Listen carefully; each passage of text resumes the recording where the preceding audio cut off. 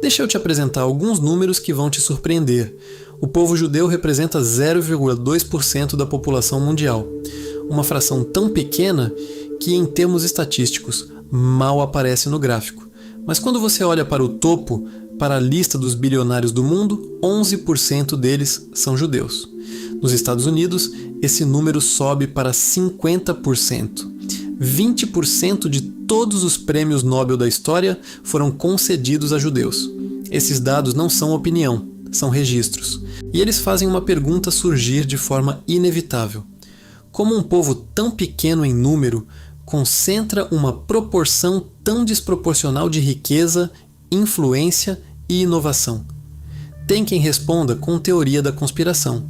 Tem quem responda com misticismo. São o povo escolhido. Tem quem simplesmente desvie o olhar, porque a resposta verdadeira exige algo que a maioria não está disposta a fazer: mudar de mentalidade.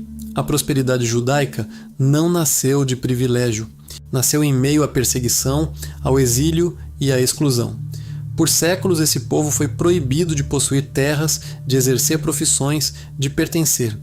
E mesmo assim, ou talvez por isso, construiu um código, um conjunto de princípios transmitidos de geração em geração, gravados não em contratos, mas em cultura.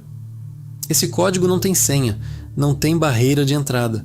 Ele nunca pertenceu exclusivamente a um povo, pertence a qualquer pessoa disposta a levá-lo a sério. Hoje, você vai conhecer os 7 princípios que estão por trás dessa prosperidade. Não como curiosidade histórica, como um mapa prático, para quem está cansado de trabalhar muito e construir pouco. A pergunta não é se esses princípios funcionam. A história já respondeu isso. A pergunta é o que você vai fazer com eles a partir de hoje. Existe um princípio que antecede todos os outros, que sem ele os demais não se sustentam.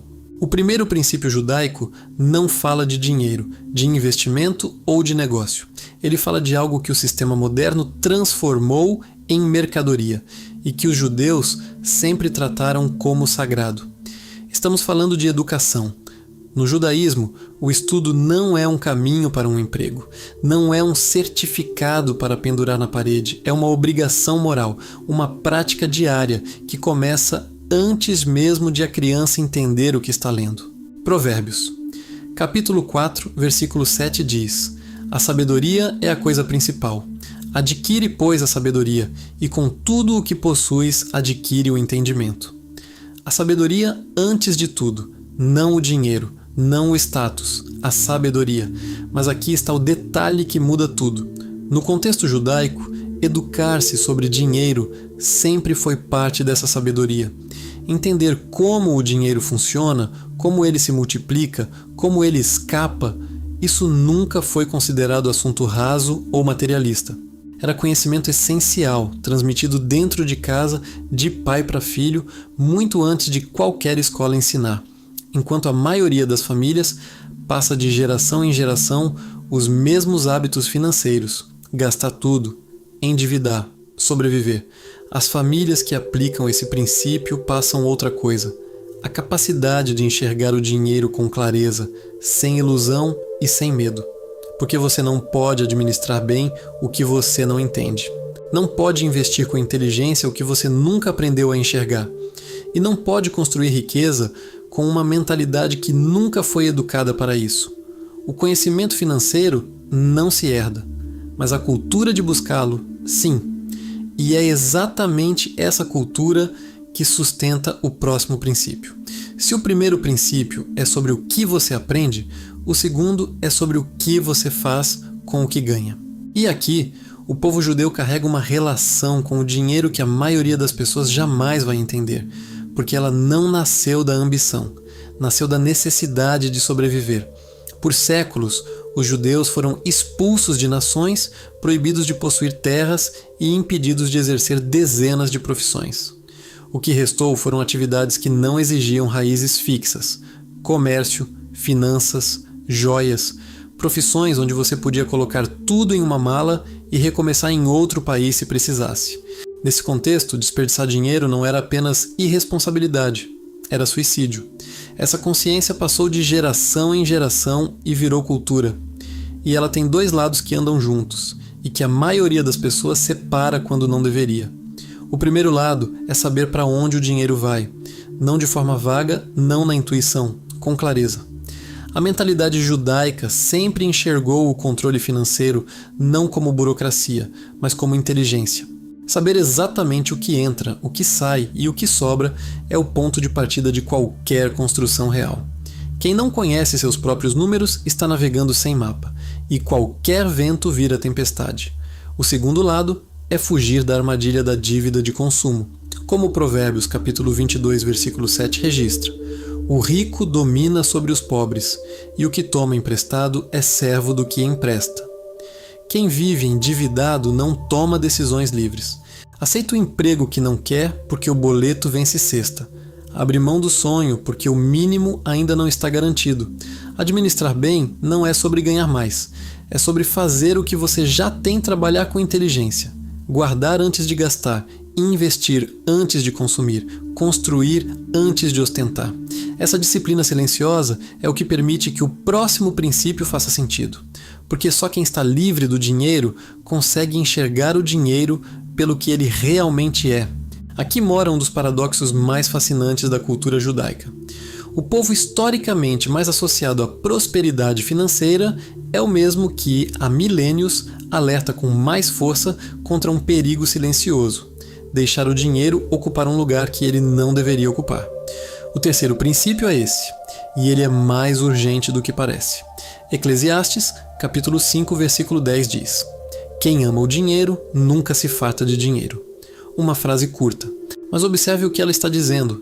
Quando o dinheiro deixa de ser meio e vira fim, ele para de saciar e começa a consumir.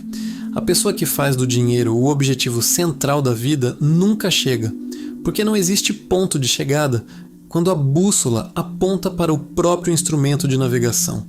A mentalidade judaica sempre fez uma distinção clara entre usar o dinheiro e servir ao dinheiro.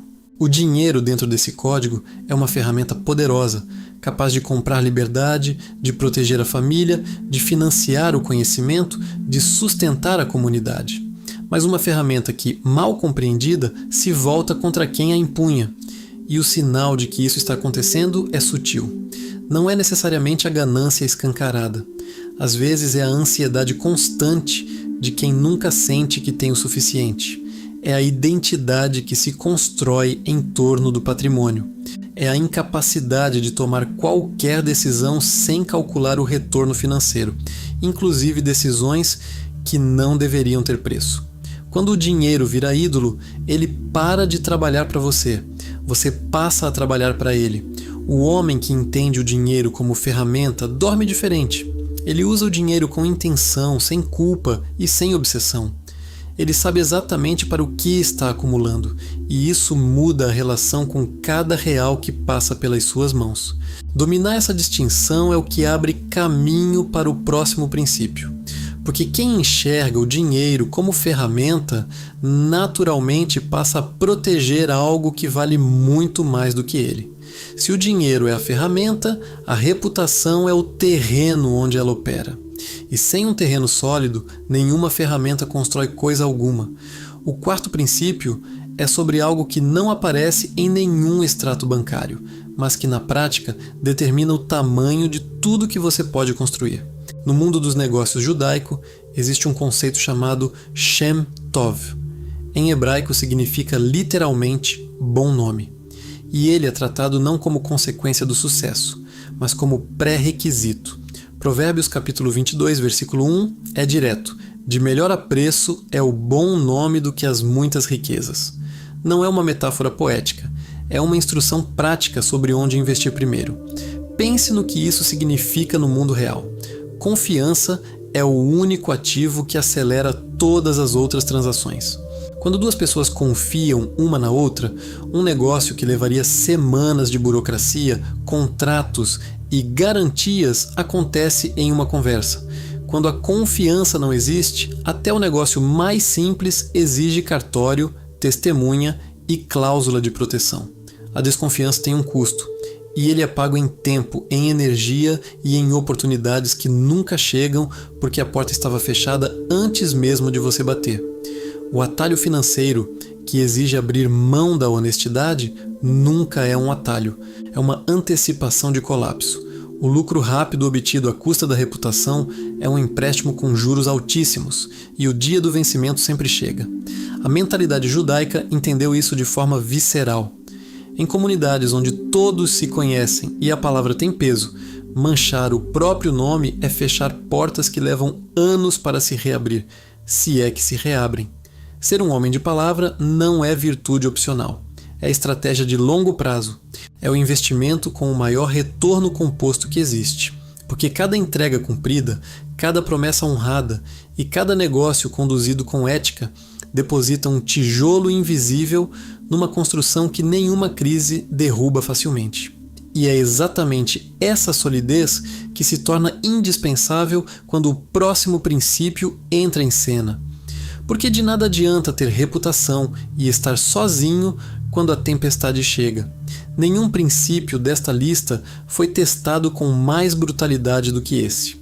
A história judaica não é uma história de condições favoráveis, é uma história de reconstrução permanente, de um povo que perdeu tudo repetidas vezes e encontrou no próprio código a força para recomeçar. Não como exceção, como padrão. Depois do Holocausto, onde 6 milhões de judeus foram assassinados e comunidades inteiras foram varridas do mapa, o que restou foi destruição e silêncio. 3 anos depois, em 1948, o Estado de Israel foi fundado. Um território sem recursos naturais abundantes, cercado por nações hostis, habitado por sobreviventes de um dos maiores traumas da história humana. E nas décadas seguintes, esse mesmo território se tornou referência mundial em tecnologia, agricultura e inovação. Isso não é motivação, é dado. E ele levanta uma pergunta que vale responder: de onde vem essa capacidade? Salmos, capítulo 30, versículo 5, carrega uma pista. O choro pode durar uma noite, mas a alegria vem pela manhã. Se não é ingenuidade, é uma visão de mundo que recusa transformar a dor em identidade permanente. A adversidade é reconhecida, enfrentada e depois usada como combustível, não como âncora. Mas há um segundo elemento que torna essa resiliência possível, e ele é coletivo. Nenhuma reconstrução judaica aconteceu no isolamento. Aconteceu em comunidade. A rede de apoio mútuo, onde o sucesso de um membro é celebrado e a queda de outro é amparada, cria um sistema onde a fragilidade individual é compensada pela força coletiva. Eclesiastes, capítulo 4, versículo 9 e 10 diz: melhor são 2 do que 1, porque tem melhor paga do seu trabalho, porque se um cair, o outro levanta o seu companheiro. Quem enfrenta crise sozinho depende exclusivamente da própria reserva, financeira e emocional. Quem enfrenta crises em rede tem acesso a recursos, conexões e perspectivas que nenhum esforço individual constrói. Construir essa rede não exige pertencer a uma comunidade específica. Exige a decisão consciente de cultivar relações baseadas em confiança, reciprocidade e propósito comum. Começa com a família, expande para os amigos e cresce para todos que compartilham os mesmos valores. Porque quando a tempestade passa, e ela sempre passa, quem estava em pé não foi necessariamente o mais forte, foi o mais bem acompanhado. Esse princípio é o que mais surpreende quem olha para a prosperidade judaica de fora. Porque ele parece, à primeira vista, contradizer tudo que a lógica financeira convencional ensina. Como um povo que acumulou tanta riqueza faz da generosidade um princípio central, não uma opção, não um gesto ocasional, mas uma obrigação cultural transmitida de geração em geração. A resposta está em uma palavra hebraica, tzedakah. A maioria traduz tzedakah como caridade, mas essa tradução perde o que há de mais poderoso no conceito. Tzedakah vem da raiz tzedek, que significa justiça. Dar não é um ato de pena, é um ato de justiça. É o reconhecimento de que os recursos que chegam até você nunca são inteiramente produto do seu esforço isolado e que devolver uma parte deles ao ciclo é simplesmente o que é correto fazer. Provérbios, capítulo 11, versículo 24 e 25, captura isso com precisão. Há quem espalhe e ainda aumente, e há quem retenha mais do que é justo, mas empobrecerá. A alma generosa prosperará, e quem abastece os outros será também abeberado. Quem fecha o punho para não perder, também fecha o punho para não receber. Essa não é apenas filosofia, é uma descrição precisa do que acontece em comunidades onde a generosidade é praticada sistematicamente. O dinheiro circula com mais velocidade. As oportunidades se multiplicam porque as pessoas se ajudam. Quem recebe apoio no momento de fragilidade tem condições de crescer, e quando cresce, sustenta outros. É um ciclo de prosperidade coletiva que se autoalimenta. A generosidade dentro desse código nunca foi vista como o oposto da riqueza, foi vista como um dos seus motores. E aqui está o ponto que fecha esse princípio de forma definitiva. Quem acumula apenas para si, constrói um patrimônio. Quem acumula com o propósito de impactar outros, constrói algo que resiste ao tempo. E é exatamente sobre resistir ao tempo que trata o último e mais abrangente princípio de todos. Chegamos ao princípio que envolve todos os outros, o que dá sentido a cada um deles. Sem ele, os 6 anteriores são boas práticas. Com ele, eles se tornam uma civilização. O 7º princípio não fala sobre o que você constrói para você. Fala sobre o que você constrói para quem vem depois de você. A mentalidade judaica sempre operou em uma escala de tempo que a maioria das pessoas simplesmente não consegue imaginar. Não se pensa em meses nem em anos. Pensa-se em gerações. A pergunta que guia as decisões não é o que isso me traz hoje, é o que isso representa para os meus filhos e para os filhos dos meus filhos. Salmos, capítulo 78, versículos 4 e 5, carrega o peso disso. Não os encobriremos a seus filhos, mas contaremos à geração futura os louvores do Senhor, a sua força e as maravilhas que fez, porque ele estabeleceu um testemunho em Jacó e uma lei em Israel, e ordenou a nossos pais que os fizessem conhecer a seus filhos. O conhecimento não é para ser guardado, é para ser passado. E não apenas o conhecimento espiritual, mas os valores, a disciplina, a mentalidade e os princípios que constroem prosperidade real. Aqui está o ponto que separa famílias que crescem de famílias que estacionam.